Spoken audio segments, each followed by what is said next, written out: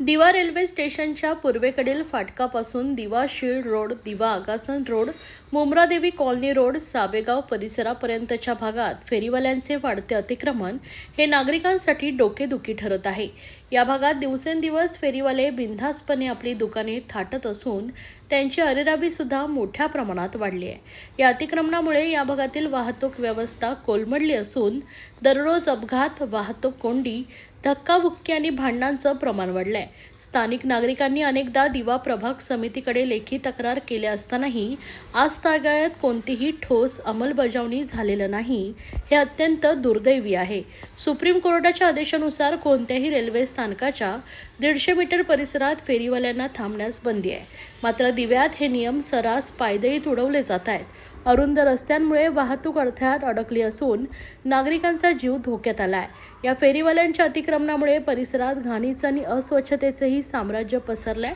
या गंभीर परिस्थितीकडे प्रशासनाने गुरुवार 10 जुलैपर्यंत योग्य ती कारवाई करून फेरीवाल्यांचं अतिक्रमण हटवलं नाही तर भारतीय जनता पार्टीच्या वतीने शुक्रवार दिनांक 11 जुलै 2025 रोजी सकाळी 11 वाजता दिवा टर्निंग येथे रस्ता रोको आंदोलन करण्यात येणार असल्याचा इशारा देण्यात आला आहे। या आंदोलनामुळे कायदा आणि सुव्यवस्थेचा प्रश्न निर्माण झाल्यास ठाणे महानगरपालिका प्रशासन जबाबदार राहील, असंही भाजपच्या वतीनं स्पष्ट करण्यात आलं आहे। मी दिवा प्रभाग समितीला नागरगोजे साहेब, आपले सहाय्यक आयुक्त नागरगोजे साहेब यांना एक पत्र लिहिलं आहे।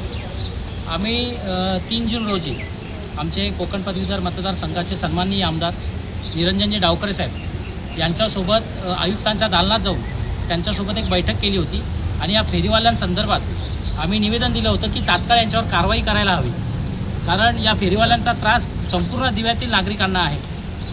येता जाता रस्त्यात 3-3 लाईनी लावून हे फेरीवाले बसत आहेत, यांचा मुजोरपणा वाढला आहे।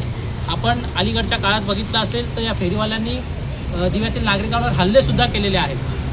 याचा कुठेतरी याला आळा बसण्यासाठी आज आम्ही नागरगोजे साहेबांना पत्र दिलं आहे की 10 जुलैपर्यंत तुम्ही यांच्यावर कारवाई करायला हवी, अन्यथा 11 जुलै रोजी आम्ही रस्ता रोको आंदोलन करणार आहोत। जर यांनी ती कारवाई केली नाही तर भाजपचं तीव्र आंदोलनाला यांना सामोरं जावं लागेल आणि तिथे जर कोणत्या कायदा सुव्यवस्थेचा जर प्रश्न निर्माण झाला त्याला सर्वस्वी जबाबदार हे पालिका प्रशासन असणार आहे।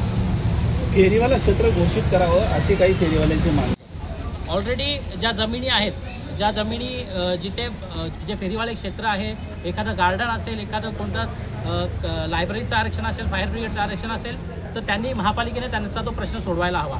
पण रस्त्यावर बसून फेरीवाल्यांनी दिव्याकरांना नाहक त्रास देऊ नये ही आमची मागणी आहे।